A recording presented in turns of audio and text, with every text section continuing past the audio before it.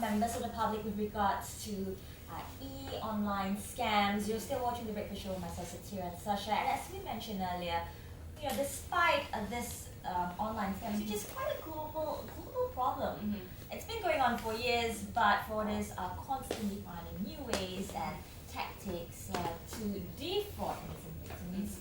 They're always, target the case no matter how many times.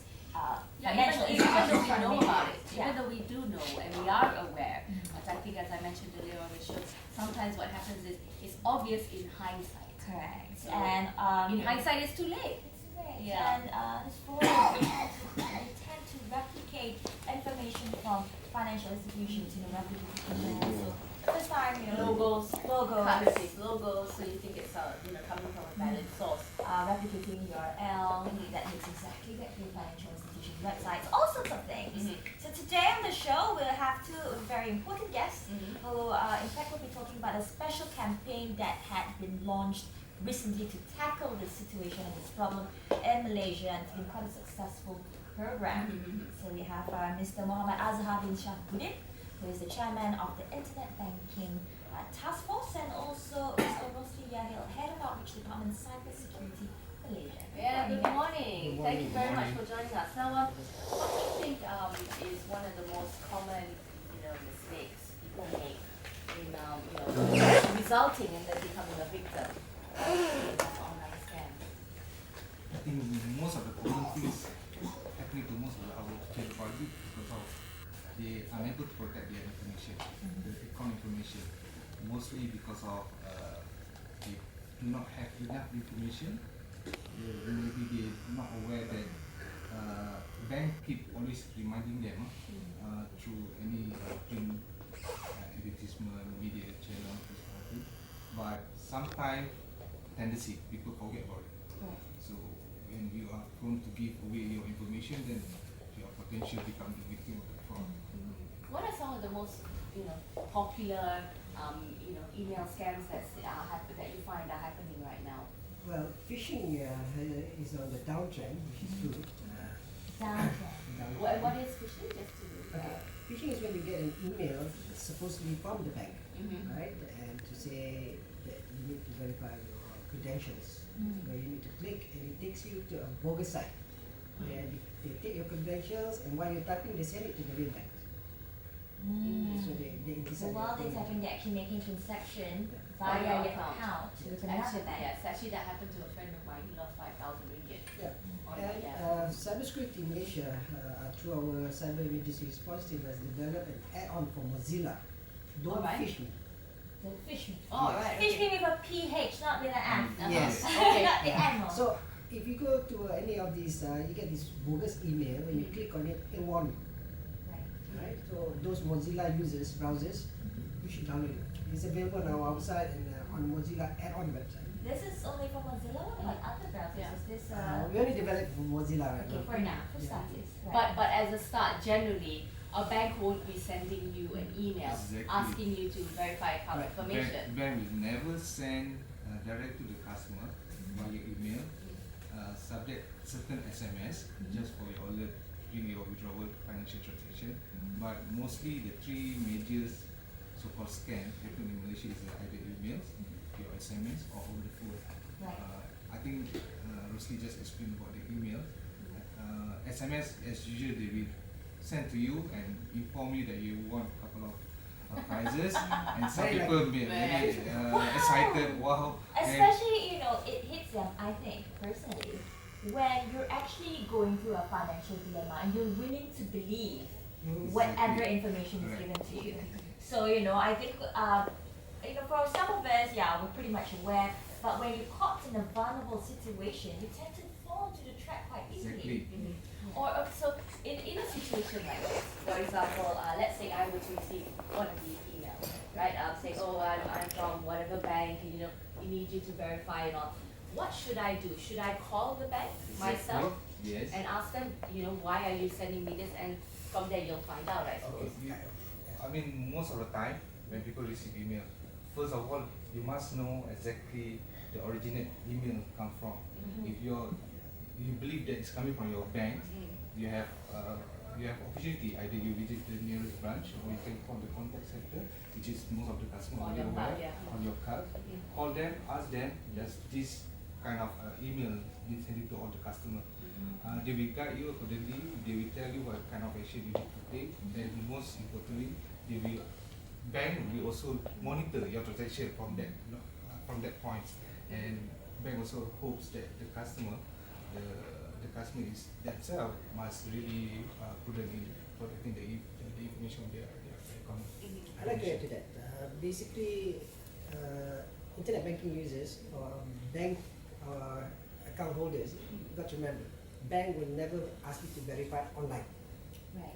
Most of the time they ask you to go to the branch. Yes. Yeah. Right. Or the In ATM person. machine. Yes. Yes. Or they will send you a letter telling An you official to letter, yeah. official letter for you to go to the nearest branch and provide all the information that they In will person. In person. Yeah. Without, the process is not such a Exactly. rush. Unless you call the call center, they will first, usually the bank will verify. Verify you. Yes. Yeah. Either you are a genuine caller or you just pretended to be a With genuine a set caller. with a set of security features. Exactly. So from what you're saying, I think the best thing for our viewers at home that they can take from this is if you receive such an email, call the bank, or even better, go to the bank and with a copy of the email and say, Exactly. look, this is what's going on. I mean, even for me now knowing this, I would actually maybe think of it as a personal responsibility to share with the bank. Look, I got this email. Someone's getting into your system.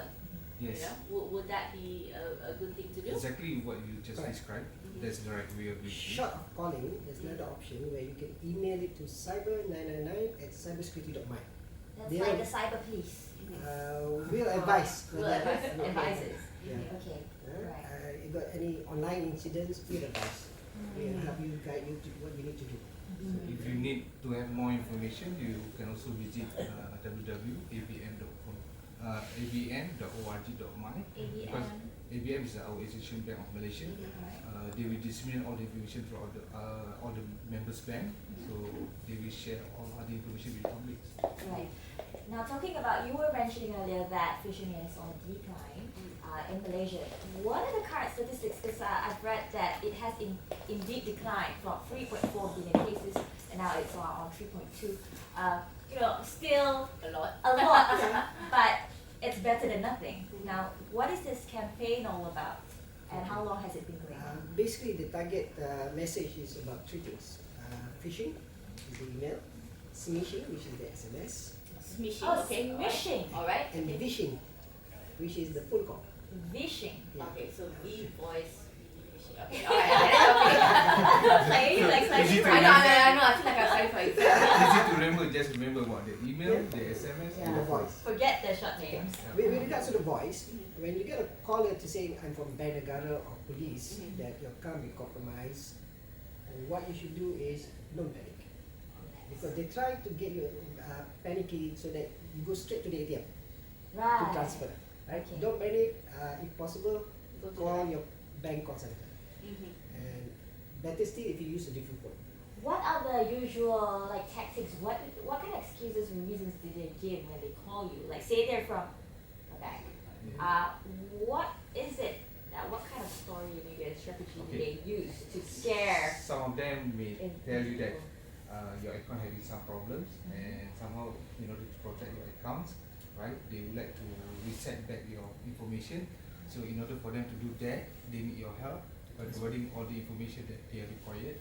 So some people feel panicked because they know that it's maybe end of the month, salary Yeah. comes in, Yeah. so they're very paranoid, then they will keep assisting you, providing all the information over the phone. So these are the people, I think they are very professional in their so-called activity. Okay. So don't fall to this kind of scams. So basically the best thing to do, actually I had someone call, a friend of mine again, had someone Okay. call them, and what he said was, oh really? Okay, where are you? I'll come and see you now. And and the person hung up. So I'm coming, I'll come and see you now to sort this out, if that's true. And they hung up, and he was like, okay, that's weird. So he went to his bank, which really was in the building next to his, and they were like, no, Yeah. everything's fine. But the funny thing is, people trust these messages, whether email, SMS, or phone call. You know, where in real life, you're not that trusting. Yeah, that's true. Right. I think maybe because it's when it comes to our finances, money, Yeah. it's money we worked for, But, like you said, end of the month, money comes Yeah. in. If it's something wrong, all the accounts are being insured as per Bank Negara. Mhm. Correct? Okay, but in a case, for example, which I've seen happen, where money has been lost, 3,000 or 5,000 ringgit or whatever, can you get that money back? Okay, I think it's case to case basis, based on the facts. Either you fully release the information to the fraudster, or it's a bank mistake, and most of the time we will check thoroughly before we come to the conclusion that the bank will bear the losses or the customer have to Okay. take responsibility. Okay, Right. but it's a case by case basis, and Yes. if you willingly gave out your account information, it's not looking so good. Now, in Basically. the event that you realize you've been scammed and then you call the bank, is the bank able to stop the process of the scammers? Yes. Depend on how long it How takes long How it's long it taken? from the event is occurs until you make the phone call to the bank or call center. The bank will immediately stop your account, either your ATM, your credit cards. Then after that, bank will monitor the transactions, right? Then bank will constantly communicate with you, the customer, to inform you is a location or events happening and so forth. So from that chronology, the bank will, in a way, try to prevent further damage happen to your accounts. Okay. So basically, the number one, I suppose, point that we can take from all of this is that if you ever receive an SMS, email, or phone call, the best is to just say, Stay calm. stay Yeah. calm, Uh-huh. and go to the bank personally Personally. and Yes. verify. I mean, I've got exactly. like Okay. my friends, we've got phone calls, not just them pretending to be from banks, financial institutions. They pretend to be like maybe they're from a telco or any company, saying, you know, you've won a prize, you gotta give us your account number so that we can transfer the money to you. And things like that. So little things that, you know, people will think, oh, okay, yeah, I'm from this telco, I might have entered a competition. Yeah. So yeah, you know, all sorts of tactics. Now, Yeah. is there a website where the members of the public can actually go through and look at the different scams available or Okay, actually happening around Malaysia? All members bank of ABM, we have our portal, right? Internet banking. All information about eBanking, fraud awareness already been published. All sort of scam already been registered. General public customer could visit the website, and I just give you the ABM website, right? www.abm.yg.my.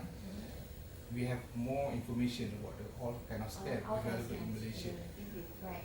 Now, how are the scammers? How do they get our information in the first place to begin with? Like, Is you there know, a loophole yeah, to somewhere? be able to get our name, Yeah. number, and sometimes even maybe the bank we're banking with, Yeah. you know, and to, you know, because I suppose that, you know, someone calls you and say, oh, hi Sasha, I'm calling from this bank, and I'm like, yeah, I'm with that bank, and, oh, you know, and I'm like, yeah, you're calling the right number. Okay. How would they have all of that information? Your calling card. When you give out your business card to anybody, to Right. one of the event, Okay. there's a potential that they will collect all your information, then they will say, all And So the, it's really a call by random, just, you know, they Exactly. may or may not get the Yeah. information Actually, right. even the email also. You have a phishing email for a different bank where you Yeah. don't have an account. Yes, that happens, and I'm like, okay, that's when you know it's not real. So But that's why we call it phishing. They're trying their luck. You see, what internet does is giving them billions of potential victims. So out of the 10 billion, I'm sure one of you is with this bank and some of you is with that bank. So, Imagine 0.1% of that hmm. actually give the information. So how much money? Another way, when you log into Wi-Fi or cyber cafe, yes. you have a tendency of register your information there, right? In pretext that you thought it's very secure, because they mentioned that it's very secure. We put Yeah, all yeah. your- But That is my advice to general public, do Don't not use- do those kind of things. So don't use free Wi-Fi. Yes. Yeah, I mean, just Because for general the secure browsing. security environment. If You're you're not in the outside. Yeah, at home, of course, it's Yes. fine. well, it depends. You make sure that your antivirus is up to date. Okay. The system patches are up to date. Auto update on Windows, they are auto update the patches. And normally we advise try not to do internet banking on a computer. You always surf the internet. Right. Why is that? The you don't know what virus might be there. So Yeah. then where should we do the internet banking? You should have a separate device if possible. If not possible, Really? So I have two laptops. No, No? not One really. laptop for just one bank. if possible. If If possible. possible. Oh, okay. If not, you make sure your patches are updated. Okay. The virus is up to date. Right. And usually, of course, you know, when you, let's say you've made a credit card payment online, you always receive an SMS on your phone within like 2 seconds of, oh, did you make this payment? If you didn't, please call this Yeah, number. Exactly. Okay, Even if you make a fund transfer to account, you do get Right. that. you do get the tag, right?